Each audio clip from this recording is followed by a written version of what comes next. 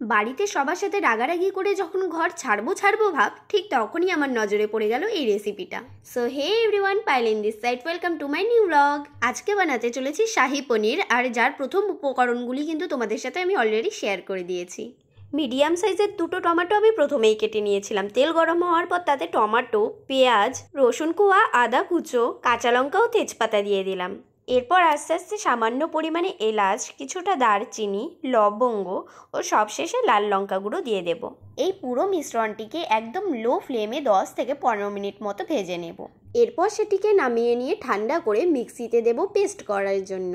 মনে করে নাও সাংসারিক তোমার যে রাগগুলো রয়েছে সেগুলোকেই এখানে পেস্ট করে নিলে। দেন পেস্টের কিন্তু একটা এরকম হালকা সুন্দর কালার চলে আসবে। ইচ্ছে করলে তোমরা এখানে পুরো বাটারটা দিয়েই করতে পারো, কিন্তু আমার কাছে অ্যাভেলেবেল ছিল না দেখে কিছুটা সর্ষের তেল ও বাটারের মিশ্রণে করেছিলাম। এরপর লো ফ্লেমে থাকা অবস্থাতেই কিছুটা আদা কুচো ও লঙ্কা কুচি দিয়ে দিয়েছিলাম। তোমরা ইচ্ছে করলে কিছুটা লঙ্কা গুঁড়ো অ্যাড করতে পারো।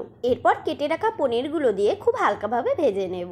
তোমরা তো অনেকেই জানো আমি রান্না করতে খুবই ভালোবাসি আর করিও, কিন্তু সময়ের অভাবে এমন সুন্দর করে ভিডিও করা আর হয় না।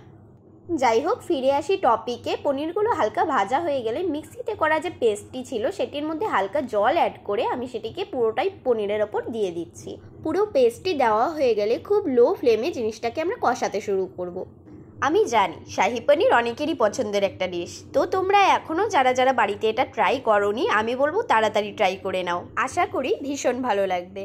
পনির গ্রেভিটা ধীরে ধীরে ঠিক হয়ে এলে আমি এখানে অ্যাড করছি কিছুটা এলাইচি গুঁড়ো। তারপর একটি পাত্রে কিছুটা পরিমাণ দই ও চিনি নিয়ে সেটাকে ভালো করে গুলিয়ে নেব। যদিও এখানে আমাকে ব্যবহার করতে হতো ফ্রেশ ক্রিম, তবে আমার কাছে ফ্রেশ ক্রিম নেই দেখে আমি এখানে দই ব্যবহার করছি। তবে এটা কিন্তু রান্নায় কোনো রকম কোনো ক্ষতি করবে না। এবার পনির গ্রেভিতে দই অ্যাড করে সেটিকে ভালোভাবে নেড়েচেড়ে নেব। আর এখানেই তৈরি আজকের আমাদের শাহি পনির। সার্ভ করার সময় শাহি পনিরের ওপর কিছুটা ফ্রেশ ক্রিম ছড়িয়ে দেবেন, তাতে দেখতে আরও সুন্দর লাগবে। তাহলে আজকের জন্য এখানেই সমাপ্তি দিচ্ছি। তোমরাও সবাই ট্রাই করো আর আমাকে কমেন্ট সেকশনে অবশ্যই জানাও যে রেসিপিটা কেমন হয়েছে।